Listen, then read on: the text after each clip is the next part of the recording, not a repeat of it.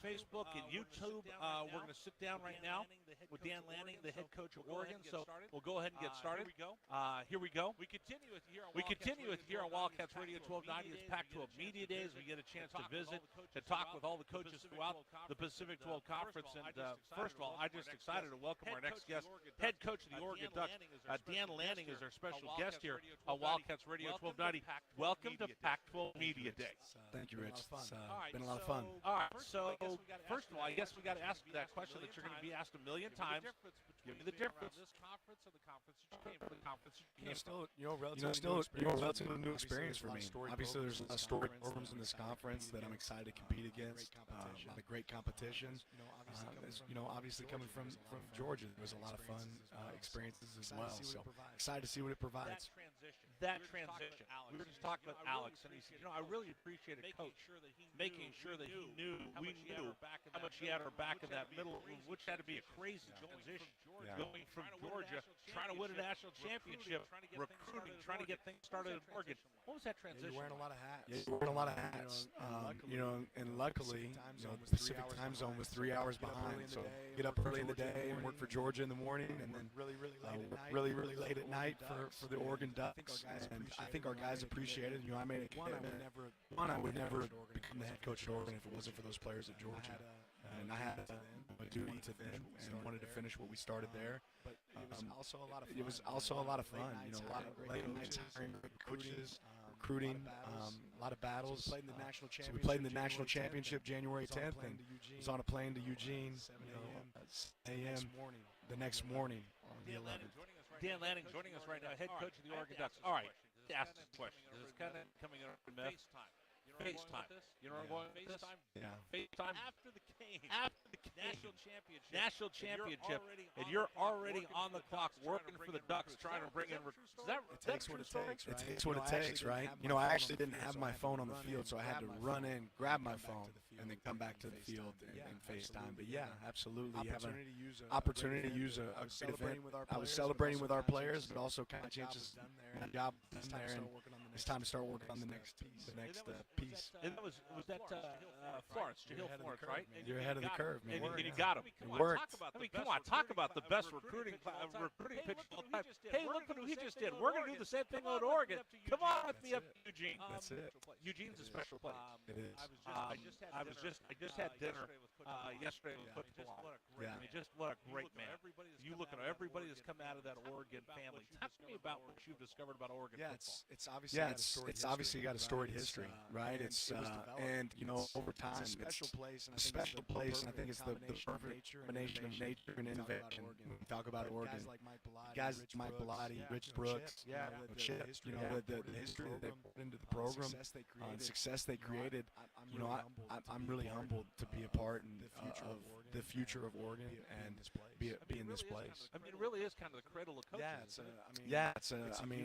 It's a unique place. So many of these guys, obviously, they fall in love with it. And obviously, Mike's around our program a lot. Rich Brooks is around our program a lot today. And I love being in a place where you can raise a family, but compete for championships. And I think that's what Eugene provides. All right, I got one final question for you, but I have to ask.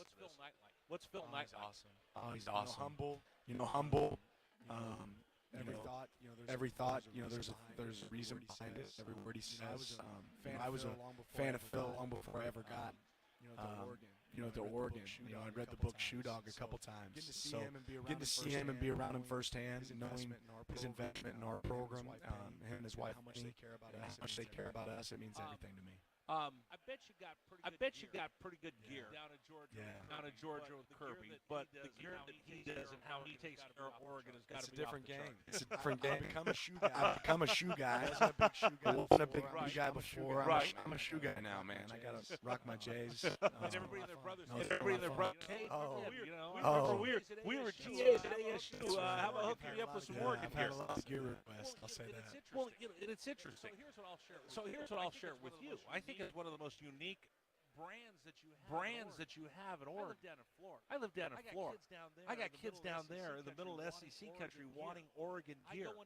I go into the Nike store down there because all that Oregon gear is so fresh, and every junior high kid in America is walking around wearing Oregon gear, and they probably don't even know where Eugene is. It's such a powerful brand of Oregon football. Yeah, it certainly is. I'm still amazed at the amount of guys that I'll talk to for the first time, and they'll tell me, Coach, Oregon's always been my dream school. Because of that brand, that impact that Phil and Penny made, but also just the success of the program. Let's talk about your team this year. You're going to open up. Did you know about the schedule when you started talking? And hey, Kirby, I'll see you in Atlanta. Like, we have Tommy Lloyd at the University of Arizona. He came from Gonzaga. Gonzaga had a scheduled game, and then Tommy goes, "Yeah, we're not going to play each other. We'll wait just a little bit." What's the conversation like when you take the job and you go, "Oh, wait a minute, we're playing Kirby and the Bulldogs to start the season"? Well, that might have been the only thing that was awkward about sticking around, right? To play in a championship game is knowing who your first opponent was. But Kirby's an ultimate professional. He's a true friend and mentor to me. But it's exciting. It's exciting to go back and play a team that you know intimately well. But the reality is they know me pretty well too. Right. So it's going to be fun. They're obviously a great team coming off one of the most successful seasons in program history. So it'll be fun to go against them and see where we're at. So I'm looking through your schedules. Start with Georgia, BYU. That's going to be a tough game. BYU is very underestimated. Washington State. They've come off a great season. New coach there. You're going to come down to Tucson to see us in the desert. Make sure you're hydrated because it's awfully dry down there on October 8th.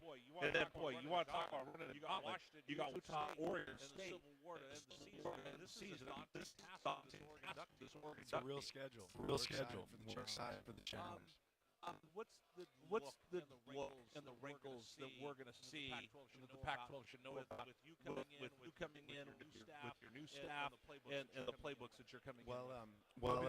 It'll be an aggressive approach. Ultimately, we're looking to create explosive plays. The number outside of takeaways to winning football games is explosive plays. And you got to do that by getting the ball down the field. That doesn't always mean a pass, right? But we want to be able to create explosives. We're going to measure our success based off explosive plays, both defensively and offensively, what we give up and what we create. I'll remind everybody, although you came from the SEC, you still have some Pac-12 DNA because weren't you a GA? I was a GA at Arizona State for 2 years, yeah. Okay. So you're going to be the perfect person to ask this question. So I used to work with Booger McFarland, and all Booger would talk about was LSU and the SEC, and I tell him, well, if you guys are really that good, they call you the conference champions. Don't be selling my Pac-12 short. But one of the things he talked about was the athletes they had, and he said, if I would have gone to the Pac-12 school, I probably would have been a tight end. But because we have so many athletes in the SEC, I got to put my hand to the dirt and make a living as a defensive lineman.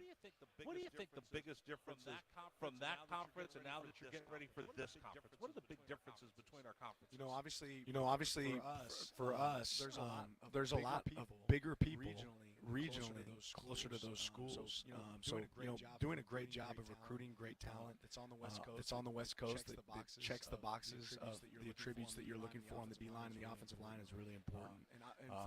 And fortunately enough for us, we've been able to do that at a really high level. I think you have to win. It wins up front, and that conference has a lot of guys. Georgia specifically is a place that has really good players on both the offensive and defensive line. We model that. We model that in a lot of ways in our program, which I'm pretty excited about. That Are you going to be able to mine down in the places that you mine down in Georgia, or is it going to be we're all going down to the Trinity League, we're all going down to San Diego, we're all going to Helix and Cathedral Catholic and all those? It's a combination. It's a combination of both. We've got to do a great job on the West Coast. I still remember playing the national championship game. You're looking out on the field, and Keely Ringo from Arizona, Darnell Washington from Las Vegas, Kendall Milton from Fresno.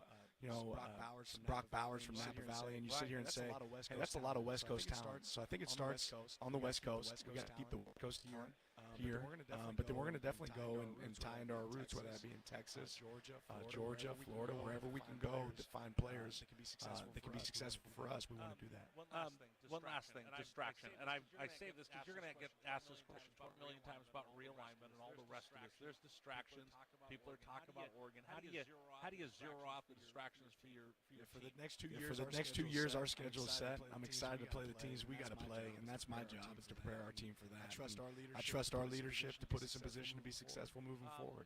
All right. Well, I hope you didn't change your number because there's a bunch of people calling asking for some Nike shoes and Oregon gear. Welcome to the Pac-12 conference. We're looking forward to great things. And again, I think the one thing we'll take away from Pac-12 Media Day is we're all in this together. And I think if anything, it's going to bring this conference closer, kind of like the Southeastern Conference. I think we're going to rally around this Pac-12 shield, and we're going to root for you every day except when you play Arizona. I appreciate it. Thanks so much, Rich. All right, thank you so much. We'll continue with you. This is Wildcats